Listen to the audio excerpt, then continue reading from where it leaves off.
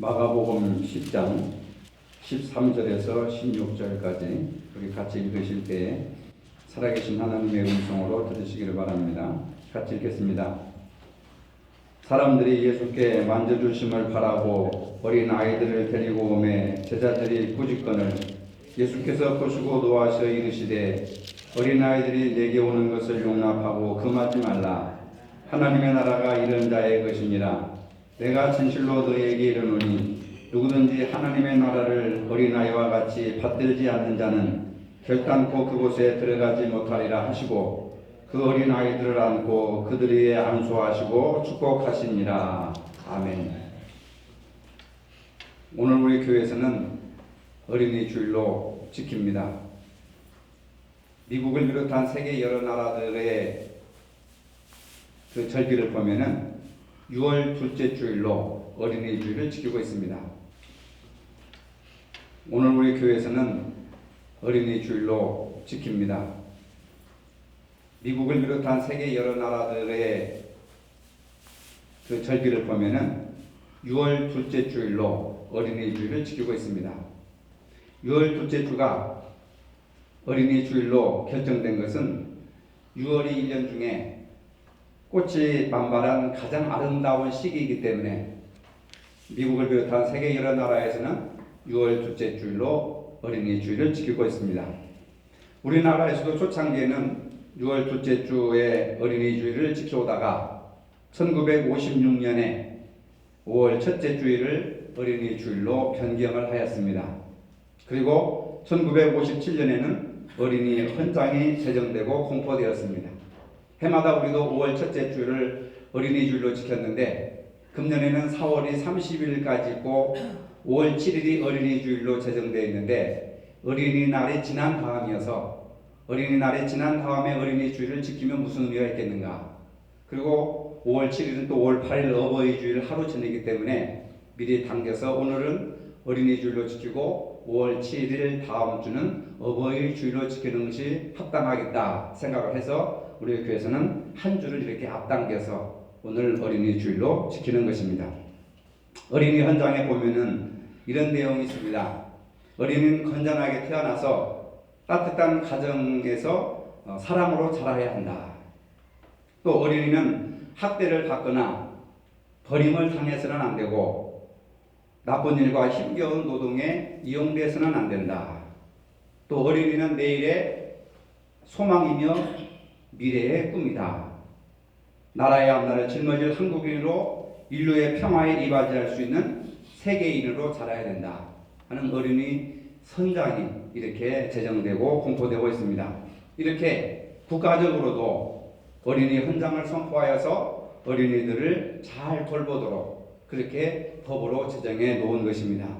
그런데 어린이는 어른과 같지 않습니다. 어린이는 인격적으로나 신체적으로 완성된 단계가 아니고 미성숙한 단계이기 때문에 어른들의 행동에 이렇게 마음에 들지 않을 수가 있습니다. 버릇이 없어 보일 수도 있습니다.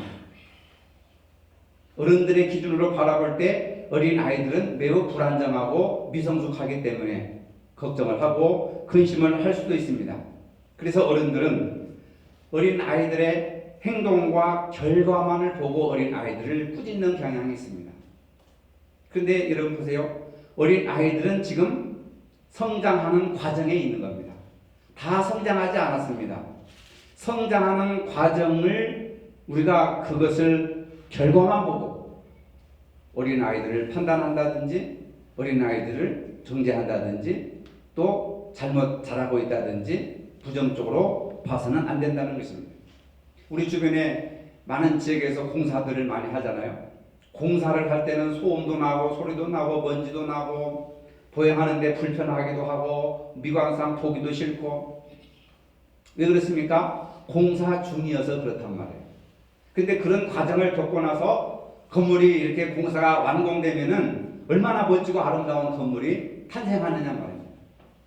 어린아이도 마찬가지예요. 지금 어린아이들은 공사 중입니다. 인생의 공사 중이에요. 자라나는 과정에 있습니다. 커가는 과정에 있습니다. 근데 어른들은 지금 이 과정을 결과로 보고 어린아이들을 판단하고 결정을 해버리는 겁니다. 그것이 얼마나 잘못되어 있는가 하는 것을 알 수가 있는데, 오늘 본문의 말씀에 보면 주님의 제자들도 그러했습니다.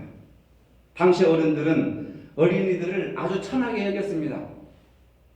예수님의 가르침에 어린 아이들이 올 필요가 없다고 생각을 했습니다. 그래서 그들을 물리쳤습니다. 예수님이 설교하시는데 어린 아이가 방해가 된다고 생각을 했습니다. 어른들은 율법을 모르는 어린 아이들이 하나님 앞에 아무런 공로를 세울 수 없다고 생각을 해서 어린 아이들은 예수님 곁에 오면 안 된다고 생각을 했던 것입니다. 그러나 예수님께서는 이러한 제자들의 행동을 보시고 심히 분노하셨다고 하는 겁니다. 예수님이 이렇게 분노하신 것은 몇 번 찾아볼 수가 없습니다. 성전이 타락하고 환정사들이 있고 짐승들을 팔고 했을 때 예수님께서 화가 나셔서 성전 청결 작업을 하신 이후로 십자가 앞에서도 예수님이 분노하지 않으시고 죽어가시면서도 분노하지 않으셨는데, 어린 아이들을 예수님에게 오지 못하게 막는 제자들을 보시고 분노하셨다고 하셨습니다. 특이한 예수님의 행동이죠. 예수님도 분노하시는가? 근데 오늘 본문에 보면 예수님이 크게 노하셨다. 제자들의 잘못된 행동을 보시고 크게 노하셨다. 그만큼 예수님의 제자들과 예수님의 생각이 반대가 되는 겁니다. 제자들은 그것이 예수님을 위해서 일하는 것이라고, 그것이 예수님을 위한 것이라고 생각했을지 몰라도 예수님의 생각은 그게 아닙니다. 우리가 말하는 것과 행동하는 것이, 내가 이렇게 행동하고 이렇게 말하는 것이 교회를 위하는 것이고 예수님을 위하는 것이고 하나님을 위하는 것이라고 할 수도 있습니다.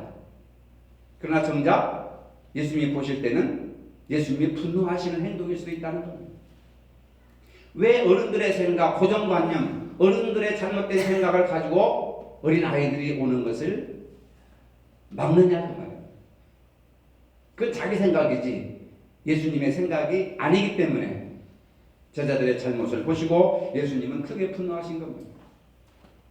내가 이렇게 열심히 하고 나처럼 교회를 사랑한 사람이 없고 나처럼 하나님을 사랑한 사람이 없고, 그렇게 해서 어떤 행동을 하고 어떤 말을 해도 자기는 그것이 하나님을 사랑하고 교회를 사랑하는 것이라고 하지만 예수님이 보실 때는 예수님이 분노하시는 행동일 수도 있다는 걸 우리가 한치도 잊어서는 안 되는 겁니다. 내가 이런 행동을 하고 이런 말을 했을 때 주님께서 좋아하실까 분노하실까, 이것을 생각해야 되는데 제자들은 일방적으로 애들이 오면 시끄러우니까, 주의가 산만해지니까, 저들은 율법도 모르고 예수님이 뭐라고 말씀하셔도 못 알아들으니까 우리가 은혜 받는데 방해된다고 하는 존재로 하찮게 여기고 귀찮은 존재로 여겨서 예수님 곁에 오는 것을 반대하고 막아버린 겁니다. 예수님의 생각과 제자들의 생각이 다르다는 겁니다. 그러나 예수님께서는 어떤 행동을 하셨습니까? 어린아이들이 내게 오는 것을 금하지 말고 용납하라고 명령을 하시는 겁니다. 예수님께서 이런 행동을 보이시는 것은 어린아이들뿐만 아니라 당시 어린아이와 같이 낮고 율법을 제대로 교육받지 못한 천민들, 가난한 사람들, 그 사람들도 하나님의 축복의 대상이고 누구든지 예수님에게 와서 말씀을 들을 권리가 있다고 하는 것을 선포하시는 겁니다. 그래서 마태복음에 보면 수고하고 무거운 짐진 자들아 다 내게로 오라, 내가 너희를 쉬게 하리라. 수고하고 무거운 짐진 자들이 누굽니까? 가난과 질병과 고통과 또 사회적으로 소외당하는 자와 그 다음에 유대인들의 그룹에 끼지 못하는 이방인들까지도 포함해서 수고하고 무거운 짐진 자들아 다 내게로 오라, 내가 너희를 쉬게 하겠다. 그런데 제자들은 유대인들만 와야 되고 남자들만 와야 되고 어린아이와 여자들은 예수님 곁에 올 수가 없다라는 법을 정해놨다는 겁니다. 예수님께서는 오히려 어린아이들을 앉히시고 축복해 주셨습니다. 그리고 이런 선포를 하셨습니다. 하나님의 나라가 이런 자의 것이니라. 여러분, 제자들의 마음속에는 하나님의 나라는 유대인들, 남자들, 그리고 자기들처럼 예수님 곁에서 이렇게 먹고 사는 사람들만 하나님 나라에 들어간다고 생각을 했는데, 예수님은 제자들이 하찮게 여기고 귀찮게 여기는 그런 존재인 어린 아이들을 축복하여 주시고 그리고 하나님의 나라가 이런 자의 것이다 이렇게 선포를 하시는 겁니다. 이런 자의 것이 하나님의 나라가 이런 자의 것이라고 하는 것이 무슨 뜻이냐면 어린아이가 가지고 있는 상징적인 의미 어린아이와 같은 자 이런 자라고 하는 것은 어린아이와 같은 자라고 하는 겁니다. 거기는 어른들도 포함되어 있는 것입니다. 어린아이와 같이 순수하고 어린아이와 같이 정직하고 어린아이와 같이 전적으로 신뢰하는 자가 천국에 들어간다 이렇게 말씀하신 것입니다. 어린아이들과 같이 되지 않으면 결단코 천국에 들어가지 못하리라. 그러면 예수님께서 어린아이의 어떤 점을 보시고 이런 말씀을 하셨을까? 첫째로 어린아이는 순진합니다. 베드로전서 2장 2절에 보니까 갓난아이들 같이 순전하고 신령한 처지를 사모하라. 이는 그로 말미암아 너희도 구원에 이르도록 자라게 하려 함이라. 이렇게 말씀하고 있습니다. 베드로는 베드로전서를 기록하면서 갓난아이를 나이 어린 아이라기보다도 영적으로 거듭난 자를 비유로 어린아이와 같은 자라고 이렇게 설명하고 있습니다. 마치 갓 태어난 아이가 엄마의 젖을 간절히 사모하듯이 그리스도인들은 신령한 말씀을 사모해야 된다는 겁니다. 어린아이가 엄마의 젖을 사모하듯이 예수 믿는 사람들은 그리스도의 말씀을 간절히 사모해야 된다. 거짓이 없는 순수한 마음으로 주님을 사모해야 한다는 그런 영적인 교훈을 주고 있습니다. 여러분 지난 일주일 동안 살아오시면서 무엇을 갈망하고 무엇을 사모하면서 무엇을 찾고 왔습니까?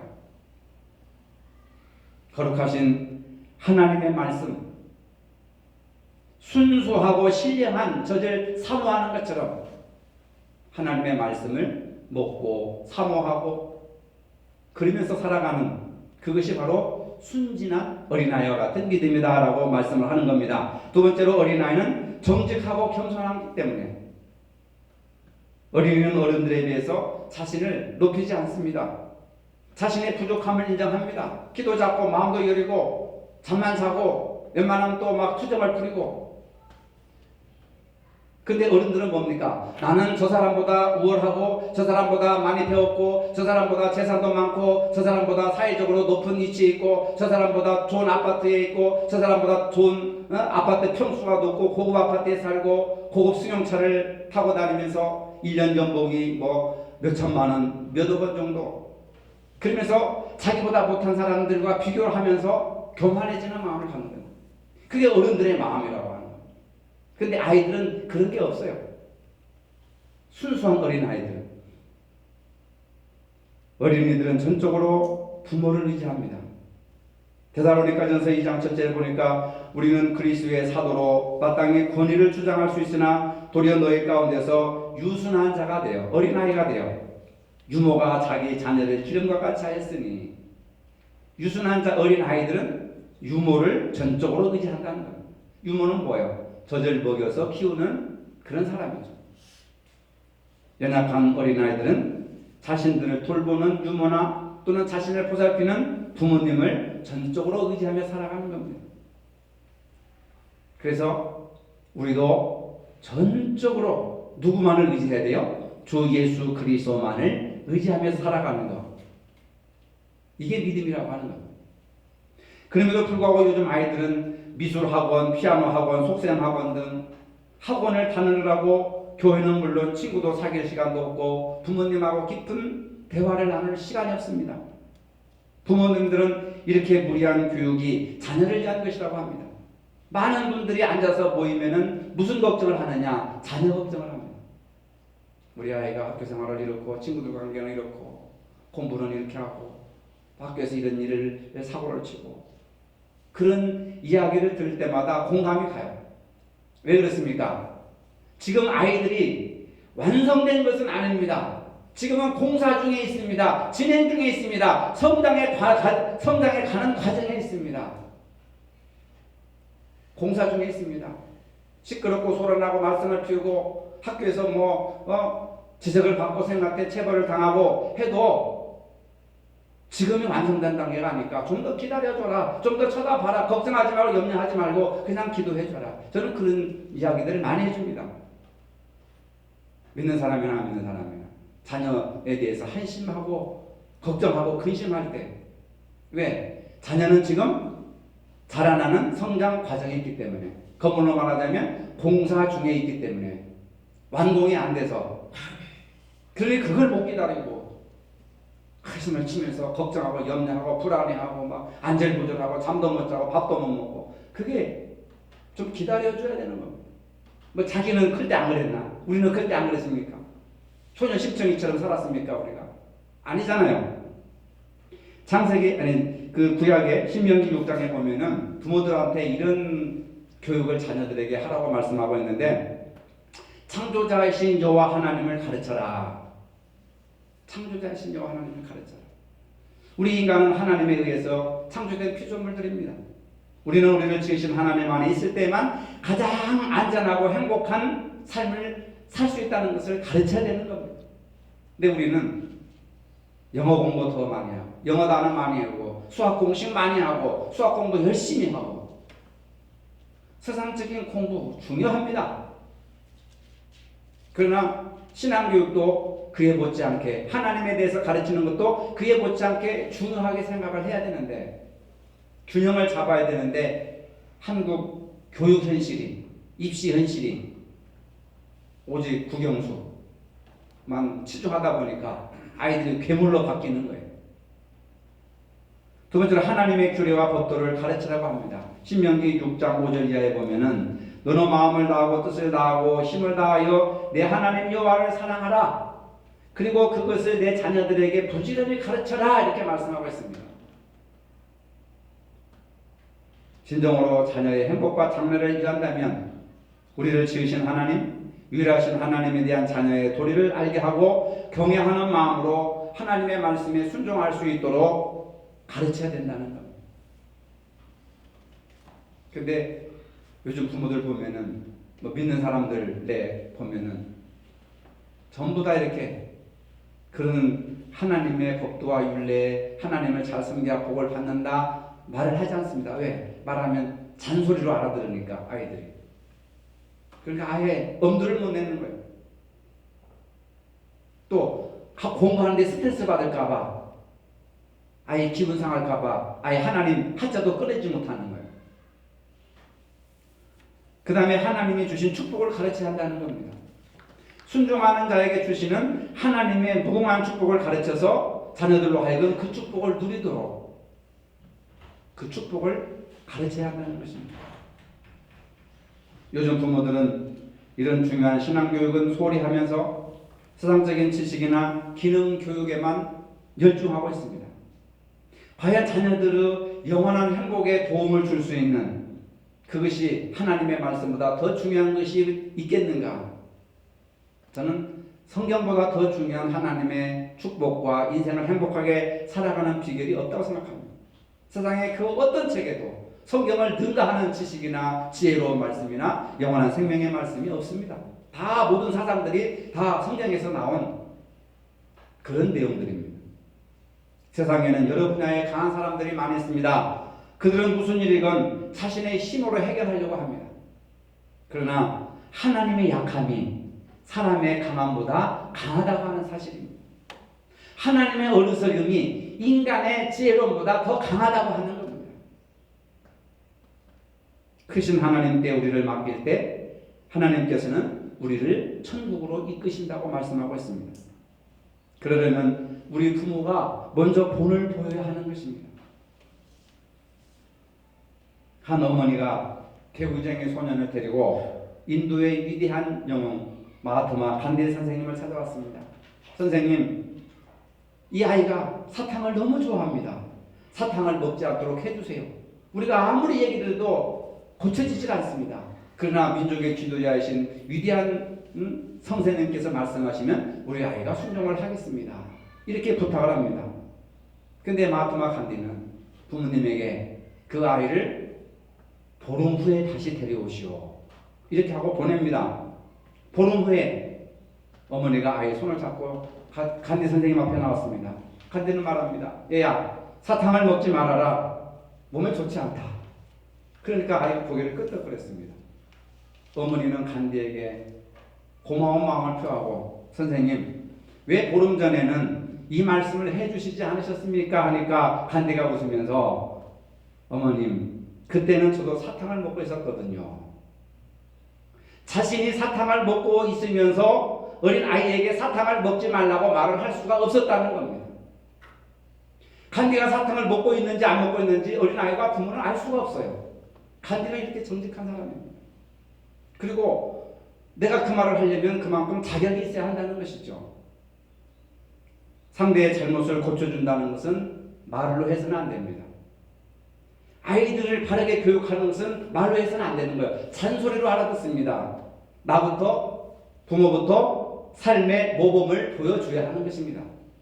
그렇지 않으면 어떤 충고도 듣지 않습니다. 삶의 모범을 보이는 것이 진정한 교육이라는 것을 믿으시기를 바랍니다.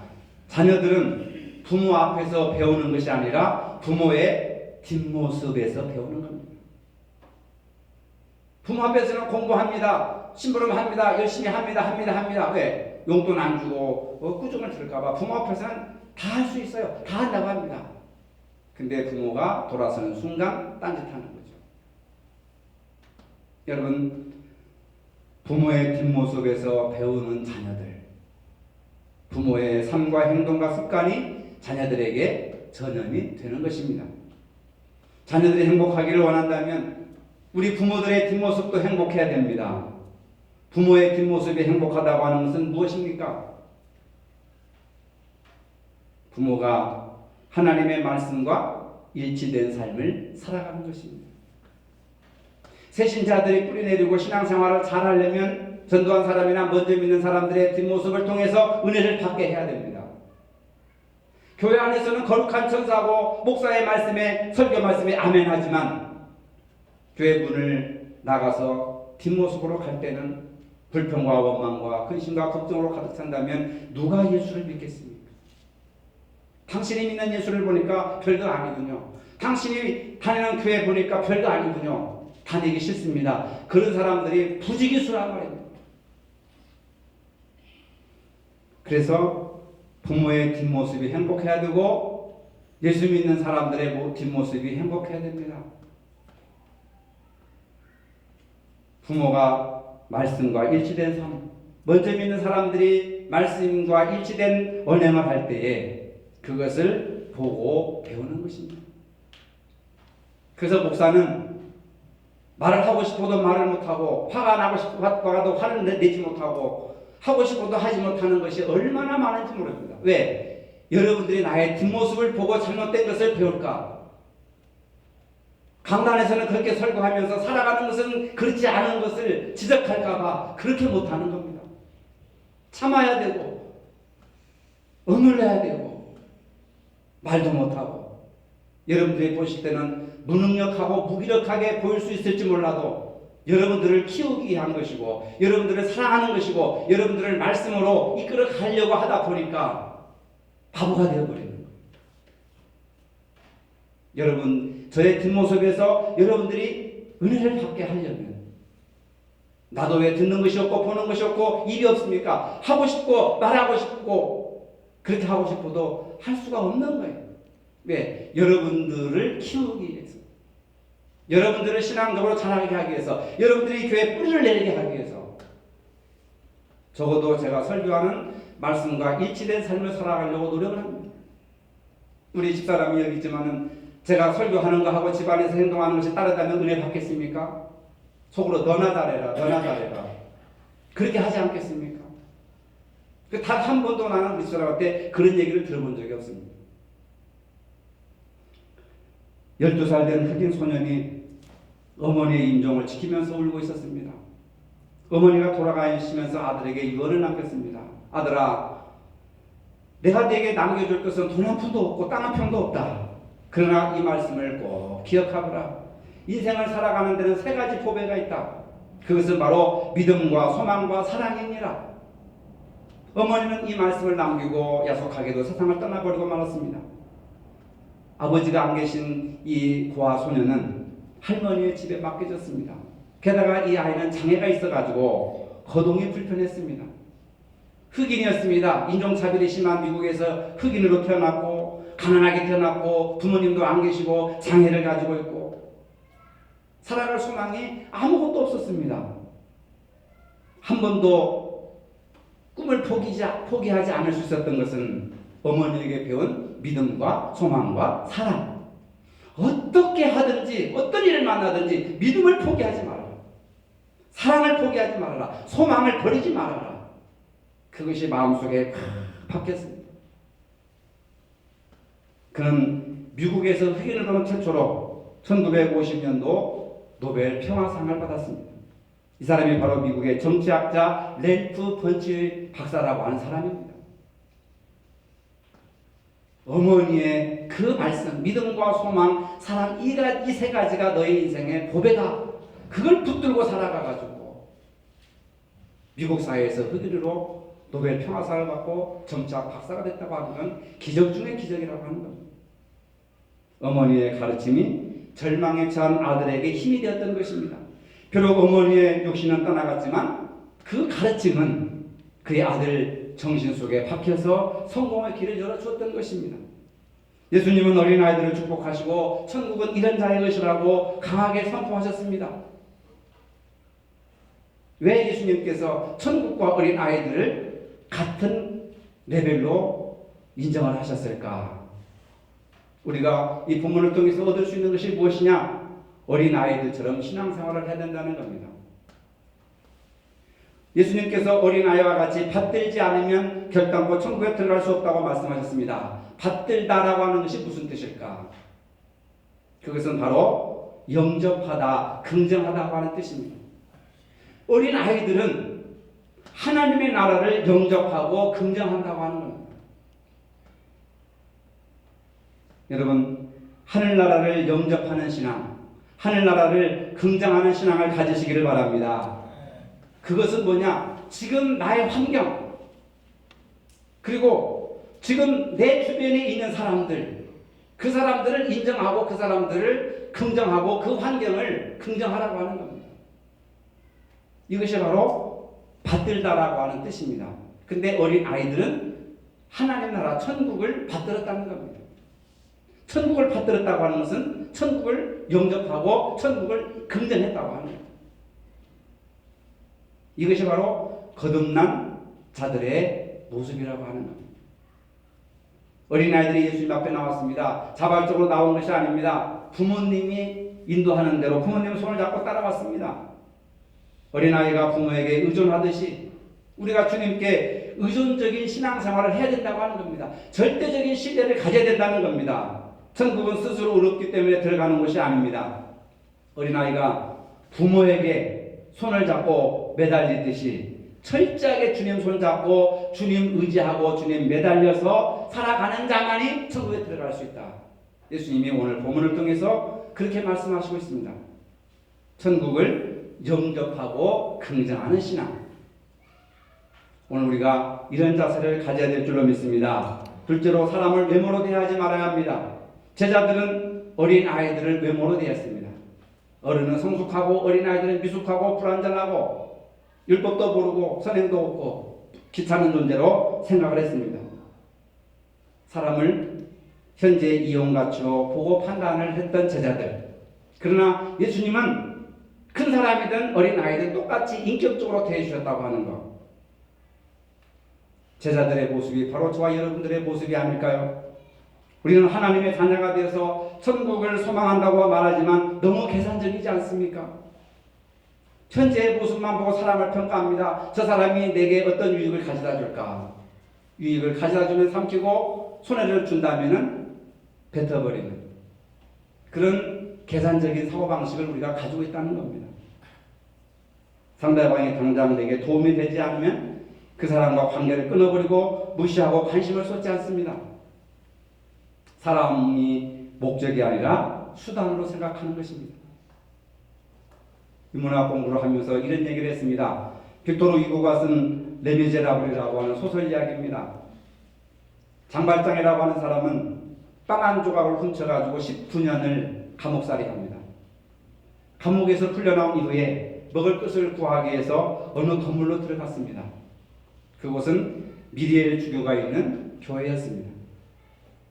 빵과 포도주를 대접받은 후에 배은망덕한 이 장발장은 교회에서 쓰는 은그릇을 주머니에 담아가지고 도망가 버립니다. 얼마 후에 경관에게 붙들려 왔습니다. 그리고 그 경관이 주교에게 말합니다. 이놈이 도둑질을 했습니다. 보니까 은그릇을 훔쳤는데 성전에서 쓰는 그릇입니다. 주교는 그 도둑질한 장발장을 앞에 놓고 이보게 내가 이것도 자네에게 선물로 주지 않았나? 이것도 가져가게 하면서 커다란 은으로 된 촛대를 주는 거예요. 분명히 도둑질을 한 겁니다. 경관에게 이놈이 우리 물건을 훔쳐갔습니다 하고 고발할 수도 있을 텐데 오히려 그보다 더 그 값이 비싼 은촛대를 주면서 이것도 가져가게 내가 자네에게 선물로 준 것이었어요. 그 주교의 한마디로 감동을 받고 한마디에 감동을 받고 열심히 노력해가지고 시장이 됐습니다. 시장. 그 시장이 된 장발장은 자기 주변에 가난하고 투루하고 아주 고통스러운 한 여인을 만나면서 모든 것을 다 바쳐가지고 그 여인과 그 딸을 가난에서 구출해 줍니다. 그러면서 우리가 이야기하기를 사랑이라고 하는 것은 전염된다. 그 주교로부터 사랑을 받은 이 사람이 시장이 되어서 다른 사람, 똑같이 불행하고 고통스러운 그 사람을 온 물질과 시간과 모든 것을 다 바쳐가면서 그 가정을 구출해주는 그런 아름다운 이야기가 레미제라블이라고 하는 소설에 담겨 있습니다. 여러분, 나쁜 것도 전염이 되지만 좋은 것도 전염이 됩니다. 근데 우리는 지금까지 나쁜 것을 많이 전염시켰습니다. 좋은 것을 전염시킵시다. 그리스도의 사랑을 전염시킵시다. 여러분 옆 사람과 인사합시다. 그리스도의 사랑을 전염시킵시다. 시작. 네, 제발 좀 그리스도의 사랑을 전염시킵시다. 주교는 장발장을 나쁜 사람으로 본 것이 아니라 고통받는 사람으로 본 겁니다. 여러분, 사람을 사회적인 위치, 지위로 사람을 볼 것이 아니라 수고하고 무거운 짐진 자로 바라보시기 바랍니다. 그러면 용서하지 못할 일이 없고 이해하지 못할 일이 없습니다. 그냥 고통스러운 사람, 고통의 멍에를 가지고 있는 사람, 그 사람을 이렇게 우리가 받아준다면 얼마나 사랑이 풍성한 것이 되겠습니까? 그리스도인들은 세상의 가치로 사람을 보지 말아야 합니다. 깊이 숨어있는 영혼을 바라볼 줄 알아야 합니다. 그가 부자든 가난한 자든 많이 배웠든 못 배웠든 젊은 사람이든 어린 아이든 동일하게 인간으로 바라봐야 됩니다. 똑같은 사람으로 대해줘야 합니다. 어린아이들은 사람을 차별하지 않고 누구나 친구가 됩니다. 제자들은 어른들의 관점에서 아이들을 차별했습니다. 그러나 주님은 어린아이를 인격적으로 받아주셨습니다. 그리고 천국은 이런 자의 것이라고 말씀하셨습니다. 우리 모두 순수하고 정직하고 전적으로 주님을 신뢰하는 어린아이와 같은 믿음을 가져야 합니다. 왜냐하면 천국은 이런 자의 것이기 때문입니다. 기도하시겠습니다. 거룩하신 주님, 오늘 어린이 주일을 지키면서 차별 없이 어린이들을 용납하시고 축복해 주신 주님의 마음을 갖게 하여 주시옵소서. 그래야 우리 모두가 다 천국을 소유한 자도 살게 하여 주시옵소서. 예수님의 이름으로 기도합니다. 아멘. 이제는 우리 주 예수 그리스도의 은혜와 하나님 아버지의 무한하신 사랑과 성령의 교통하심이 어린아이와 같은 마음으로 살기를 원하는 모든 성도들 머리 위에 이제로부터 영원토록 함께 하시기를 축원하옵나이다. 아멘.